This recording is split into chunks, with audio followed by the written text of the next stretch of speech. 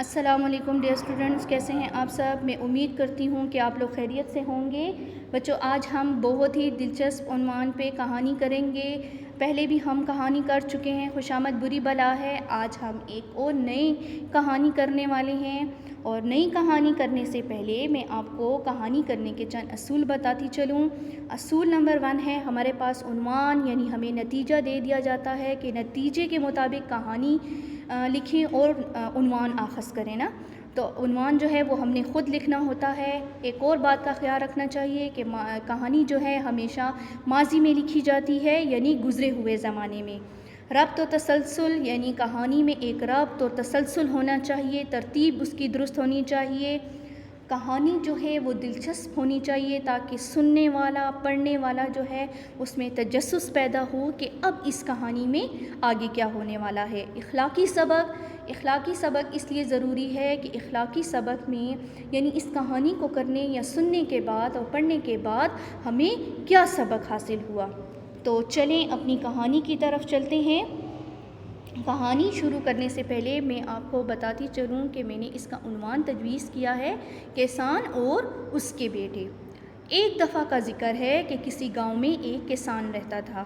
اس کے 4 بیٹے تھے جو ہر وقت آپس میں لڑتے جھگڑتے تھے۔ وہ بہت شرارتی تھے۔ کسان ان کے لڑائی جھگڑوں کی وجہ سے بہت پریشان تھا۔ ایک دن اسے ایک ترکیب سوجھی۔ اس نے اپنے بیٹوں سے لکڑیوں کا ایک گٹھا منگوایا اور انہیں باری باری توڑنے کو کہا۔ سب نے باری باری کوشش کی لیکن وہ ناکام رہے۔ پھر باپ نے اس گٹھے کو کھول دیا اور اپنے بیٹوں سے کہا کہ اب ان لکڑیوں کو الگ الگ کر کے توڑو۔ یہ کام نہایت آسان تھا۔ سب نے لکڑیوں کو آسانی سے توڑ دیا۔ کسان نے اپنے بیٹوں سے کہا کہ اگر تم لوگ ان لکڑیوں کی طرح اکٹھے رہو گے تو کوئی بھی نقصان نہیں پہنچا سکے گا۔ کسان کی ان باتوں کا ان پر بہت اثر ہوا اور وہ مل جل کر اتفاق سے رہنے لگے۔ اس کا ہمیں کیا نتیجہ ملا کہ اتفاق میں برکت ہے۔ اخلاقی سبق ہمیں کیا حاصل ہوا کہ اس کہانی سے ہمیں یہ سبق حاصل ہوتا ہے کہ ہمیں بھی اتفاق سے رہنا چاہیے، مل جل کر رہنا چاہیے اور آپس میں لڑائی جھگڑے نہیں کرنا چاہیے۔ کسان وہ ہوتے ہیں جو کھیتوں میں کام کرتے ہیں، ہل چلاتے ہیں۔ کسان تھا، اس کے جو ہے وہ یہ انہوں نے لکڑیاں منگوائیں، پہلے گٹھا تھا، اکٹھی بندھی ہوئی تھی یہ، پھر اس کے بعد اس نے الگ الگ کرنے کو کہا۔ 4 بیٹے تھے اور پھر جب انہوں نے اپنی باپ کی جو ہے اس بات کو مانا، اس بات پر بڑا اثر ہوا اور وہ جو تھے وہ مل جل کر رہنے لگے خوشی خوشی۔ اس کے بعد جو ہے میں آپ کو ایک ویڈیو بتانے والی ہوں۔ اس ویڈیو کے بعد جو ہے آپ کو جو ہے کہانی جو ہے وہ بہت اچھے طریقے سے اور سمجھ آ جائے گی۔ تو چلیں کہانی سنیں۔ ایک دفعہ کا ذکر ہے کہ یہاں سے بہت دور کسی جنگل کے کنارے پر ایک چھوٹا سا گاؤں تھا جہاں پر ایک کسان رہتا تھا۔ اس کسان کے 4 بیٹے تھے جو بڑے شرارتی تھے اور ہمیشہ آپس میں لڑتے جھگڑتے رہتے تھے۔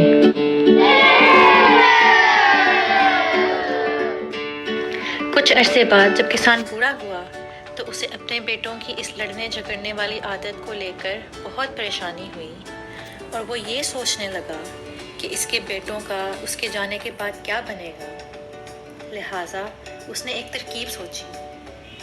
ایک دن اس نے سب کو اپنے پاس بلایا اور کہا کہ پتلی پتلی چھڑیوں کا ایک گٹھا لاؤ۔ اس کے بیٹے گٹھا لے آئے جو ایک رسی سے بندھا ہوا تھا۔ کسان نے ہر ایک کو باری باری وہ گٹھا توڑنے کو کہا، جس پر سب نے الگ الگ زور لگایا مگر اس کو توڑ نہ سکے۔ اس کے بعد کسان نے گٹھے کو کھول دیا اور چھڑیوں کو الگ الگ کر دیا، اور پھر کہا کہ اب ایک ایک چھڑی کو توڑو، جس پر لڑکوں نے بڑی آسانی سے ان چھڑیوں کو توڑ دیا۔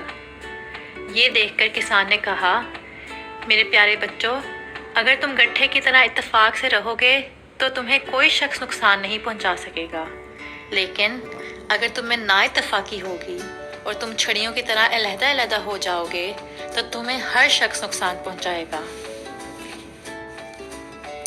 کسان کی بات سن کر اس کے سب بچوں نے عہد کیا کہ اب وہ آئندہ ہمیشہ اتفاق سے رہیں گے۔ تو آپ نے دیکھا پیارے بچوں، آج ہمیں اس کہانی سے یہ سبق ملتا ہے کہ ہمیں بھی کبھی اپنے بہن بھائیوں کے ساتھ جھگڑنا نہیں چاہیے اور ہمیشہ ان سے پیار محبت کے ساتھ رہنا چاہیے۔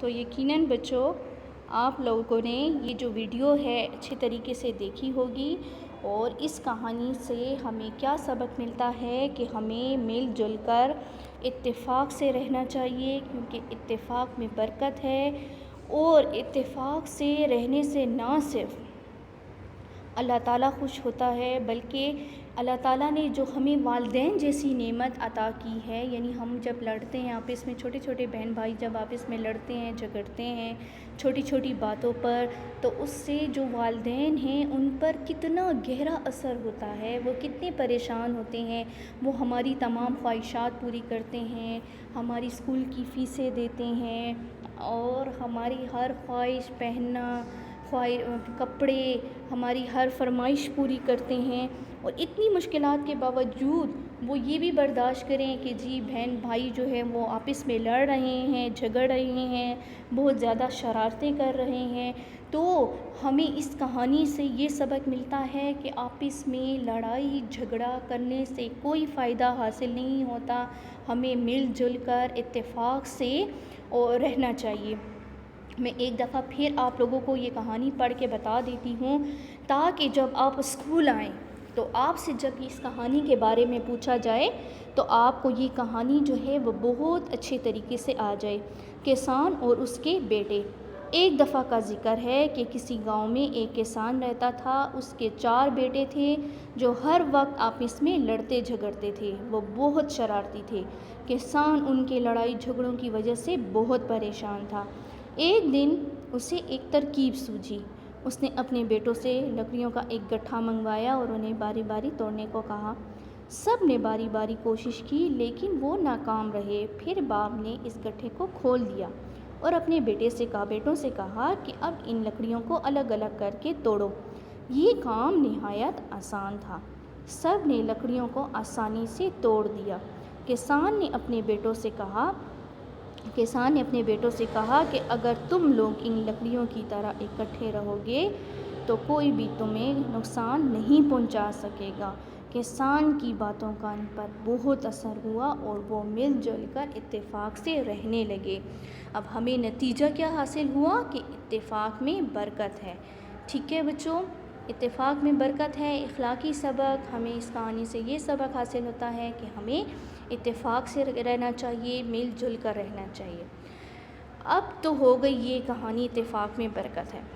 بچوں اس کے علاوہ اتفاق میں برکت ہے کہ کوئی بھی کہانی، مطلب اس سے متعلق ایک اور بھی میں نے کہانی سنی ہوئی ہے جس میں کبوتروں کا غول ہوتا ہے، کبوتروں کا جھنڈ ہوتا ہے، وہ والی کہانی ابھی اتفاق میں برکت میں آ سکتی ہے۔ اس کے علاوہ 4 بیل ہوتے ہیں جو آپس میں مل جل کر رہتے ہیں، اور ان کے درمیان میں دوسرا جانور آ کے ان کے درمیان میں جو ہے بے اتفاقی پیدا کر دیتا ہے، پھر وہ آپس میں ہر وقت لڑتے تھے۔